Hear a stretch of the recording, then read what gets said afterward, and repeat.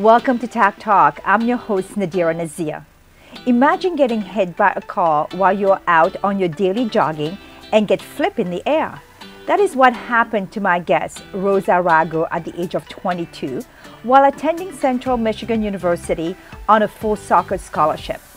The accident nearly killed her. This horrifying moment eventually became the greatest blessing in her life, and the very reason why she's here today. Her traumatic experience led her on a path of self-healing, self-discovery, self-mastery. It's a life filled with an abundance of love, joy, peace, and happiness.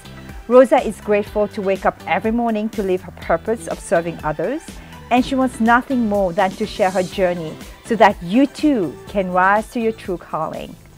Rosa, welcome to the show. Thank you. Thank you for having me. Wow, what a story. At the age of 22, you got flipped by a car. So tell us what happened on that day. Well, what happened on that day was that I actually decided just to go for a quick little jog, and that's exactly what happened. Is I got hit by a car, and you know, it's interesting because the way it happened, within 2 years, I actually got into 4 serious car accidents.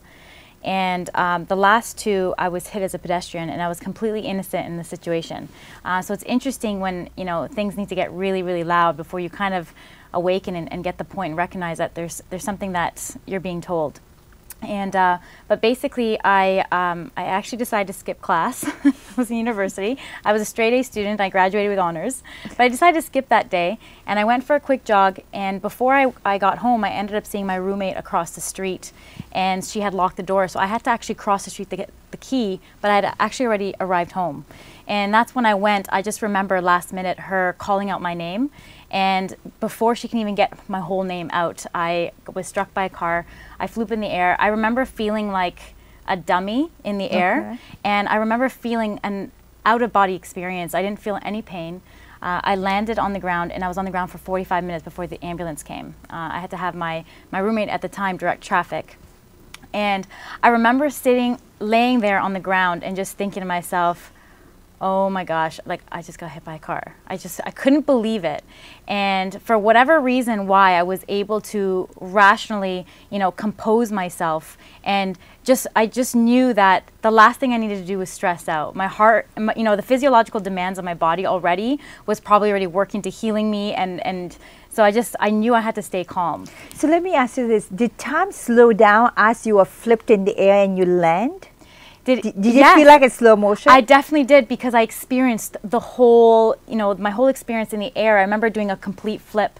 I remember just feeling like a dummy, and I remember feeling my eyes rolling in the back of my head. And the crazy thing is I remember landing, and it was like a soft landing. I don't remember the pain, the impact, or anything like that. And I didn't actually really experience the hit and the impact until a couple hours after I left the hospital.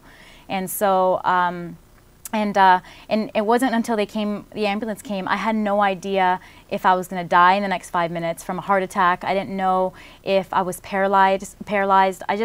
I laid there all I could think about was just to be as calm as possible and not wanting to know what, you know, the reality of the situation was. And, you know, it wasn't until that they came and they just checked my body, they scanned my whole body, and the first thing that they grabbed was my arm, and it killed. It was, you know, obviously in a lot of pain, so I already knew, okay, there's one bone that's broken. But I really had no idea what I looked like, or I had no idea how bad it was. I was you know, just, it was a very odd Was it experience. an out-of-body experience as you're laying there and waiting? And that 45 minutes must have seemed a very long time. You know, it's interesting that you asked me that question, because sometimes I feel like I'm still out of body. And that has a lot to do with the experience and where I am today, actually. So was that moment an out-of-body experience? Absolutely. And I think my whole life since then has been an out-of-body experience. So how did that experience then transform your life to do what you're doing today, which is, and we're going to be talking a lot more about that, which is mind, body, and soul connection. So how did this incident transition to who you are today? Well, I mean, first of all, you know, it's important to understand that before this happened, the type of person that I was very left brain, very logical. I always wrote a list of things to do. You know, I was a doer. I exercised chronically, and I was consumed by making sure that I didn't gain weight. I was counting my calories. Everything was for you know, just basically trying to maintain my physical weight, and everything had to do with, you know, the way I identified, you know, or the way I defined who I was based on my physical body, right? So I was consumed by my body. I remember eating cereal at night and the next day having to work out for like an extra hour and a half to burn off all my calories. So it was all about the exterior, It not was totally the all about the internal. exterior, yeah. Okay. And I didn't really know that I was doing it for that, but you know, later on, after, you know, my healing experience, I started to realize that all of it was just a way for me to, you know, have some sort of control in my life. Because at that point, when I was hit by a car, and no coincidence, especially because there was 4 accidents within 2 years, I was probably broken in every aspect in my life at that moment. And it was very symbolic, you know, what happened to me physically. And so I had been broken already at that moment, or I had believed I was, spiritually, mentally, emotionally, and then at that point physically. It was when I was in the hospital that I found out my parents were divorcing. You know, I grew up in a very abusive environment, but a lot of love at the same time. But just a tough upbringing, but at the same time, a lot of love. And so it was the only way for me to just take control of my life, and I started to turn to just chronic exercise. And it got me a lot of school. I was an overachiever in my academics and athletics. You know, I was always on to something else, and always learning and always, you know, achieving something different, but I wasn't present. The drive and the why of everything, if you asked me at the time, I probably didn't know why. It was subconsciously, I was just kind of keeping busy. So then you had to go through a huge healing process, right? So when you're going through that journey of the healing process, what was a key discovery for you to shift and change how you're doing things, how you were doing things? So it was interesting because at first it was just about healing myself physically. I was in pain. I had to rehab, you know, my body. And I was told, you know, the limiting beliefs by doctors that I wouldn't be able to move my arm again and all that stuff. I wouldn't be able to get my arm over my shoulders. So at some point I took it upon myself to start trying to fix my body on my own.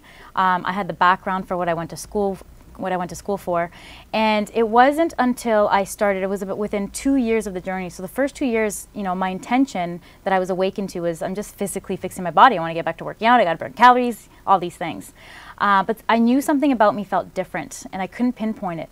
But it wasn't until I started to really kept turning back to the pain. So the pain the whole time was my guidance, and using the pain to guide and facilitate how to work on my body, how to fix it. And I mean, today I can do things with my body I can never do even as an athlete.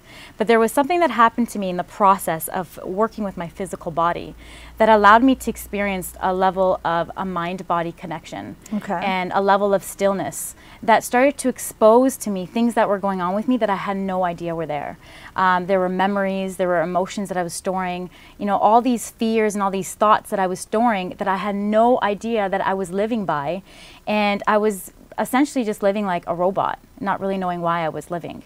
And it wasn't until I made this weird connection. You know, I was stretching, and I was, you know, just catering to my pain, and all of a sudden I had this weird random memory.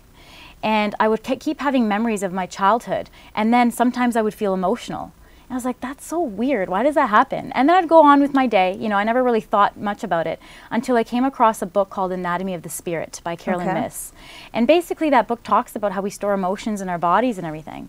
And it's crazy because when I started to read it, at first I thought I was crazy. I wouldn't tell anybody about it. But it wasn't until I read this book that it started to validate what I was already experiencing.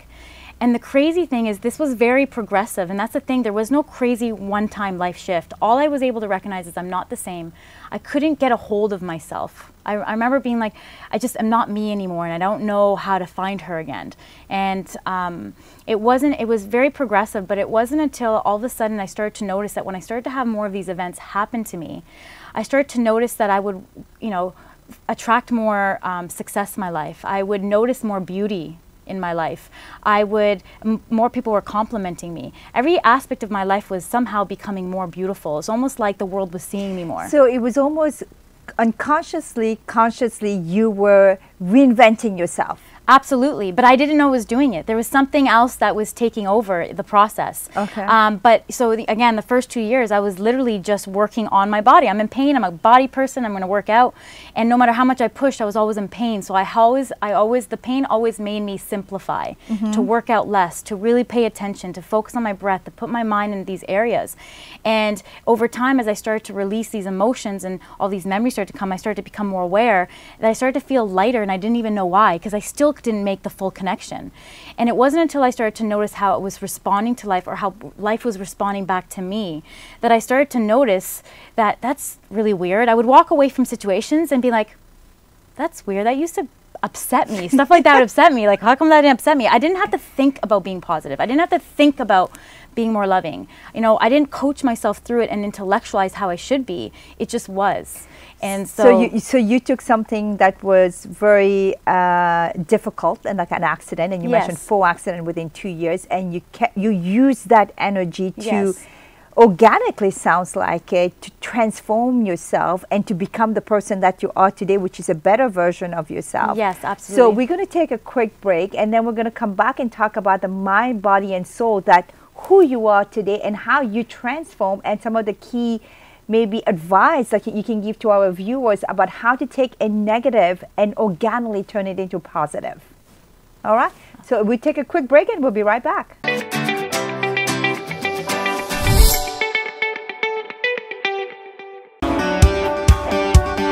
Losing weight and feeling fit is a simple 3-point process: diet, exercise, and a weight reduction supplement. VegiSlim by Greenish is a Health Canada approved weight management formula that's effective, safe, vegetarian, and natural to use. Combined with the right diet and exercise plan, VegiSlim will bring you back onto the path of healthy living.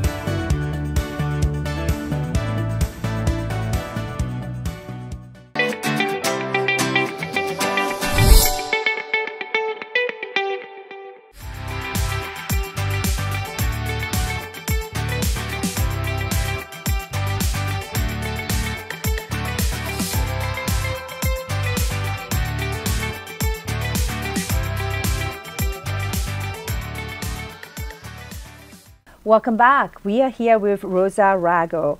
You just saw a video regarding what she does with individuals that helps them through their journey and through their pain to get to a better place. So Rosa, just talk a little bit more about what is it that the viewers just saw in that video. So ultimately, there's 2 ways that we can approach healing. And we can either coach people through breakthroughs and to help them interrupt patterns, help them to understand, you know, how to do that. Or what we can do is go straight to the source and, you know, allow ourselves to release the energies and the emotions that we have stored in our bodies that are connected to these thoughts. And so what you see me doing with one of my clients is that I'm just working on her body and helping her to release, you know, certain things that she has locked in her that she doesn't even know. And ultimately, you know, allowing us to experience a sense of freedom within our spirit and ourselves. So how is that different from people that are going to see motivational coach or different kind of life coach or a fitness person? And I know that for what I've seen you done, and I have personally experienced it myself, it seems to be a combination of the 2 of them. So what made you decide that to get somebody to release some of that pain and anger or stress or anxiety, you have to do more of that physicality of a session instead of just a verbal session? Absolutely. Well, so what is it? How is it different from actual coaching? Yeah. I think they go hand in hand, because the coaching and the communication allows for a different type of awareness for the person so that they can actually consciously engage on what's happening. And that's more about knowledge, how we access knowledge. There needs to be a conversation, so you kind of coach your clients through it. But ultimately, 90% is what we embody and what we feel. Okay. And so we feel through the body. And so if we can take care of removing the noise from our body, it allows the person to experience something different, and that takes care of 90% of our experience. And then you can use the 10% to actually understand the process of what's happening to them. Why do I feel less judgmental? Why do I feel more loving? Why do I, you know, why am I noticing that I'm redirecting meaning in my life in different parts before something used to be a big deal and it wasn't? And why do I feel emotional? And so coaching them through that to help them understand what's happening is that they're actually actually releasing things that they've been holding on to that they didn't even know, so that they can, you know, integrate into their lives. They can be gentle with themselves as they go through that vulnerable period, and then really be more intentional and purposeful on what to create in life with that new space that we have inside of us. So just maybe a few tidbits to our viewers, if you can, maybe this is your camera. So you talk about the noise. Mm-hmm. What can someone do at home to remove some of that noise? Ultimately, be okay with being uncomfortable. You know, we all have access to silence. We can just put ourselves anywhere in a room. We can, you know, go to the bathroom if we have to. We can close our eyes wherever we are, even just right now, close our eyes and allow ourselves to set the intention to actually connect with a stillness within ourselves. And ultimately, when we do that, sometimes we're so estranged to that, and it's been so long since we've done that. We become so uncomfortable that we don't allow ourselves to sit in that discomfort. And so what I would recommend is really at any moment in the day is to take a moment and to close your eyes and to just feel and experience what you're actually feeling inside of you. Not what we're giving off on the outside and try to keep up with, you know, the facade, but really close your eyes and really tune into what am I feeling, and really be present to that through breath and without judgment. And just practice self-love in that moment for yourself is, you know, can you be that for yourself?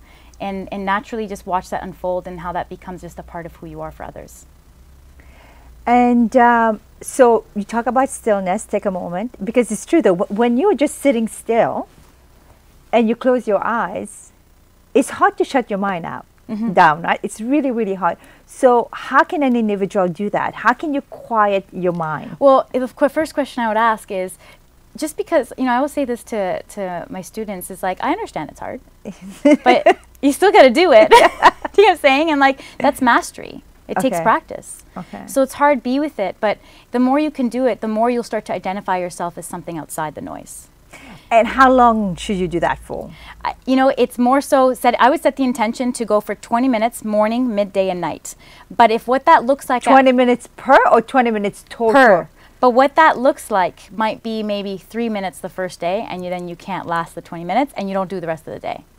It's just fill in that gap, right? So that you eventually work up to that. Maybe the next week you're doing 5 minutes, you know, morning and night, and then eventually you did 5, you know, and just when you set an intention, you're likely going to do it. It's not going to look exactly the way you intend to in the beginning, but eventually things starts to settle in and start to fit in, and you start to look around you and realize, wow, this started with the intention. So some people are going to say, what, 20 minutes? That's a long time. For those, yeah. Just don't go on social media, guys. Do not go on social media. If you don't go on social media, there is your 20 minutes.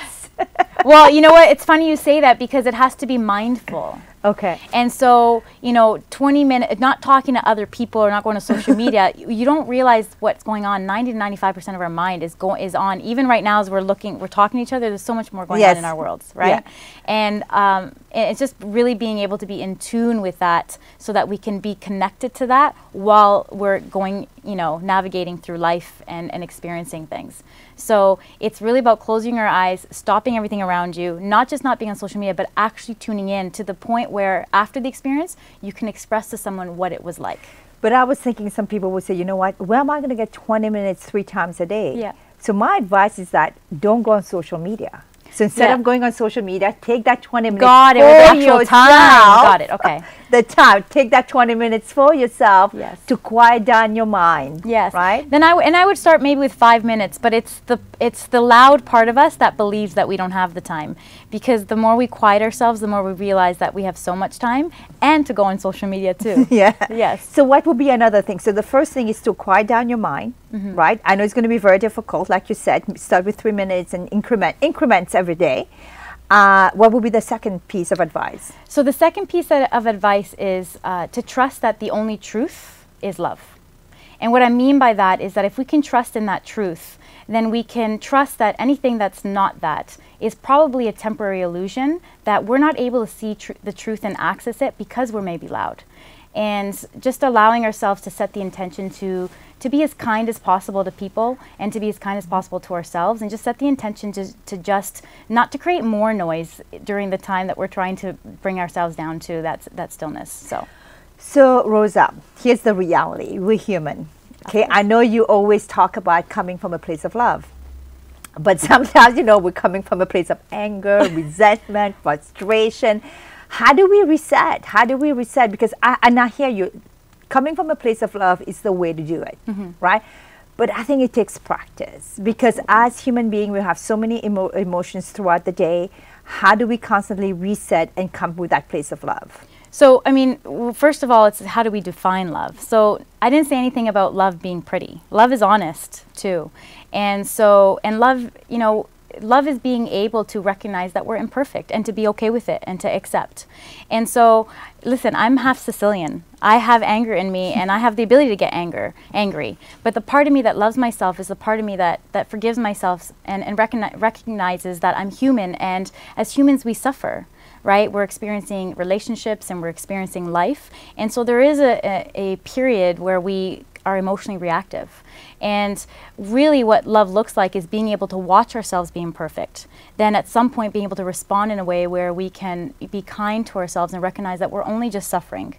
And then to just allow ourselves to feel safe in just being raw with what we're feeling that moment. And once we can accept that, we'll find our anger leaving, and then forgiving ourselves, and then doing that for other people. Because what actually keeps us in the anger and the emotion is the part of us that won't accept that that's okay. If we can accept that it's okay to be imperfect, then there's going to be perfection in love, even in the time when there's anger, right? But it's how are we identifying ourselves? Are you the anger, or are you going to be the love towards the anger that needs that love? And so it all depends on what perspective and what plane you're allowing yourself to see it from, right? So while you're making sure that your mind is still, is quiet, also try to kind of accept who you are and try to be coming from a place of love. Totally. And I think it's practice. Yes, totally. And here's the thing, it's practice, and with practice you start to realize that, you know, it's ultimately just an intention to give you some sort of direction, because at some point we're going to recognize our power to choose. And if we're not in that place of recognizing that, we're going to be in a reactionary period where we're angry. But at some point we will awaken and be like, wait a minute. That's right. I can choose to be different right now, even though it's been 10 days I've been angry, or 5 years, or 15 years. Or 20 years. Or 20 years. Oh my gosh, I've been angry for 20 years. But you know what? Right now, I recognize my power to choose. I'm going to do tip 2 that Rosa gave me. I'm going to set the intention to be love right now. First to myself, for forgiving myself for all the sabotage for being angry. And then, man, I'm going to be that for other people, because as soon as I gave myself that forgiveness, it felt so good and freeing. I want everyone to feel that way. And that way we can just, you know, be easy on each other. And for those of you, for the viewers, we're going to have the website of Rosa at the end of the credits, so you will be able to go check out her website, and there's a lot of different podcasts that you can sign up for, and it talks a lot more in details about what she's been talking about. So we're going to play a quick video about the RISE. Is it the RISE? So my intuitive movement and guidance program, and it's just a 2 times a week class that I take my students on, and it's actually putting them through the practice to help them further understand this. So excellent. Let's play this quick video and a quick break, and we'll be right back. Does your life feel like a cycle, replaying itself over and over again? Are you looking for something but not quite sure what that something is? Do you need clarity? Do you need direction? Then it's time to rise. Where we choose to take control of our lives by accepting full responsibility for where we are today. Where we act out of integrity by showing ourselves that we can set an intention and follow through to completion. Where we love ourselves in the process of the journey, especially when it becomes most challenging. So that we are constantly growing and evolving into our best selves. Creating a life towards greater love, greater joy, greater peace.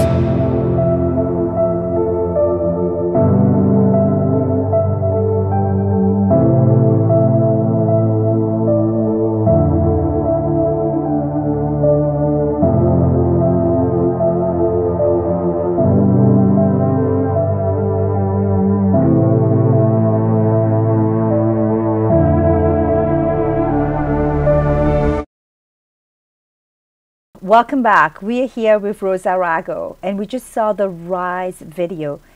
Rosa, tell me what is RISE video. So it's all about really the RISE philosophy. And Okay. ultimately, RISE, R-I-S-E, okay? So R stands for responsibility. And ultimately, it's about that, self-love and loving ourselves is actually a responsibility, because it allows us to, love others properly and to not add to, the natural chaos that we need to go through our lives anyways. I stands for, integrity. And, setting an intention and following through with integrity as well. And S for self-love, going through the whole process, even when it's hard, with the intention to love. And E for education is to constantly keep ourselves educated, because education is empowerment and it keeps us more informed to make, wiser choices in life. So for our viewers out there that's looking for more information regarding what you do, where can they go? They can check out the website. It's actually at iamrosarago.com. And so if you check out, you can also check out my podcast, my Rise with Rosa podcast. I have my services and my classes and a bunch of new programs coming out on an online platform. So there's a lot of different classes and courses and self-improvement out there. What differentiates what you do from the other ones? What's the value add for I Am Rosa Rago? That's an awesome question. One thing that I know that based on feedback is that it's allowed, people, the difference has been that it's from knowledge to wisdom and true experience. And, there's we all know what we need to do. And we all know how we need to be. We all know there's nothing more that we would need to know. But we make excuses, and also remember, we play the victim. It's Yes. not our fault. It's that person did Yes. this, or I don't have this job, or I don't have this Yes. house, or I haven't lost the weight. There's always excuses, Yes, right? and there's a way to coach people through those excuses. But even then, it's constantly this inner battle of us then trying to be better. So it's still an internal dialogue. And ultimately what's different is that it allows people to truly experience and embody that person. We're more grounded within who we are, that there's no internal, dispute. It just is. At some point you recognize that you don't realize you're being you until you are you, and you're like, that was easy, rather than constantly trying. And so ultimately the body work and really working with the body removes these patterns that in the absence of these patterns, you are who you are. So how you coach individuals is through those body movement from Yes. one of the videos that we saw earlier, right? And in addition to that, there's also some one-on-one coaching that takes place. Yes, so in the classes I teach how to connect to their own bodies so that they're more empowered to do this at home. And but I do offer one-on-one sessions, and this is where I truly harness the gift through my car accident. I started to connect to visions and started to connect to certain things as I was working with the body as a personal trainer, and it just evolved into a body intuitive healing. And ultimately in this next video is what I'm doing is I'm doing an intuitive session on my client and my friend Sarah. How long does it take? How long before somebody starts seeing some results? Well, they'll experience it instantaneously after the Okay. session, where there's something that just feels good. Okay. But it's too simple, right? So it's like, oh, it feels good, and we just leave, but we don't stop to recognize that that's what the answer is that feeling that you experience where it just, you feel within yourself, you feel less chaotic, and then replicating that experience over and over again, and then teaching them how to replicate that for themselves until it becomes a way of being, ultimately. And so the experience is powerful, but it's over a period of time. And so what I really try to do is not try to, change someone's life in the moment, but show them a level of consistency within a practice, and, how you can really benefit when you're really sincere about wanting a result for something. And so for those people who are truly looking for transformation and really want to find who they are, who are sincere about that journey, the reality is that it's a practice that you need to consistently stick to. And sometimes it's hard in this life that you need a community or a tribe or people who have done it to get you to stick to it. And Yeah, so, because how do you create awareness? Because a lot of people are not really aware of their perception, or they even accept their reality, right? And that's the truth of a lot of individuals. So point number one from what I just hear is that you need to want to transform, right? you need to want to. And if you don't want to, it's probably because you don't believe. And so ultimately, I've had people come to see me where they believed and wanted enough to just show up to the session. But I asked them to do it on their own, they couldn't. And the reality is that we all go through different phases in life, and there's going to be a time where we're so low that no matter how much we want change, we've lost our faith. And that we have, completely limiting ourselves. Yeah, we've completely lost any hope. Yeah. And sometimes this is where, depending on where we are on our journey, sometimes, you know, we just need to allow ourselves to receive love, because there are people out there who are actually, you know, lending out a hand and recognize that it's not easy. And so I'm not saying it's easy, but I am saying that the practice is simple. And it's the complexity of our minds that doesn't want to accept that. And I'm okay to hold someone's hand until they have enough of a profound experience to show them the little steps. There's no secret potion. It's just about really having a relationship with yourself and finding joy in that process. So it's not a quick fix. And also, as human beings, we're constantly limiting ourselves. And I'll tell you one of my story. In the summer, I needed to jump off a cliff with a friend of mine. So yeah, I'm going to do it. I'm going to do it. She did it. And then all of a sudden, I felt paralyzed and I couldn't jump. And at that moment, I realized I was limiting myself. So I had to push. I'm not going to lie to you. I really had to push through. And I did jump. Yes. But the moment that I did that jump, I felt refreshed, exhilarated. Of course. Because now I've expanded that limitations. Absolutely. And I think at the end of the day, what that made me think of is that on a daily basis, every day, all the time, we're constantly setting limits for ourselves. Yes. All living in the same little bubble that we're aware of. So what you do, your services, is to help that individual grow. And I really like how you say, you know, always coming from a place of love. I think that sometimes is difficult, but it's also, you said, authentic love or true love. Yes, of course, because love sometimes is holding someone accountable to not being, you know, it's ultimately about recognizing that, you know, after I got hit by a car and I almost died, I awakened to who I was. And who I am is love, and I stand for love. And it becomes a responsibility to stand for everybody else, to remind them of who they are. And that's ultimately the only truth. And so it's important to recognize that if I'm going to stand for love and remind you of who you are, I might still rub you the wrong way if you haven't accepted the love within yourself. It's just how it goes. And so ultimately, you know, it's just understanding that love doesn't always look pretty. So I have to tell the viewers this little story. So Rosa doesn't live too far from where I live, 8 minutes away. So I was supposed to go see her on a Wednesday, but I was super tired. I'm like, no, I really don't want to go. I was still in my pajamas. She said, you know what, I'm going to come by and see you. She came by and she brought tea. You brought tea for me. Yes. And I thought that was really, really, and that's love. Yes. That was super nice. She just dropped by my house and just gave me a tea and gave me a nice hug and love, and then went up. And that made me feel really good. Yeah. Thank you for that. You're welcome. Thank you for the acknowledgement. Yeah, because for me, I just want to recognize that, because that's, I guess that's what you do. At the end of the day, you are 100% there for somebody who's looking at transformation, who's looking at helping themselves reinvent themselves and become the better version of themselves. Of course, and I'm 100% committed to reflecting that back to them until they see it. And yeah, ultimately that's what it's all about, right? And that's, if we can do that for each other. There's been times I needed someone to stand for me. Okay. And I really appreciated it. So you gave 2 tidbits. The first one was take a moment. Start with 3 minutes 3 times a day. The second one was self-love. So what's your third one before we end the show? So the third tip that I would probably give is to stop focusing on ourselves. And I know that sounds contradictory because I'm saying to love yourself. But just recognize that, you know, if you can stop focusing on making it about yourself and recognize that we're all the same and we're all going through the same thing in a different way, and we can start making it more about, you know, service, there's something that will shift in the way you respond to life and the way that you see life that will improve the quality of your life. Absolutely. Wow. Well, there you have it. Rosa, thank you so much for coming today. It was a pleasure talking to you, and I look forward to our sessions on Wednesdays. Hopefully in a few months we can give a progress about how things are going, because I think there's room for everybody to improve, to transform, to be a better person. So thank you so much. Appreciate it. And at the end of the show here, folks, we're going to give you the information of Rosa, how to get in touch with her, as well as check out her website. I am Rosa Rago. I want to say a special thank you to my fashion stylist, Susie Tomasi. Her website is SusieQJewels.com, and a portion of her proceeds goes to the Women's Shelter. And while my wonderful makeup artist, Mindy Baji. Please follow me on Instagram and check out my website, nadira.ca, and subscribe to TAC TV. Thank you, everybody, for joining us today. Until next time.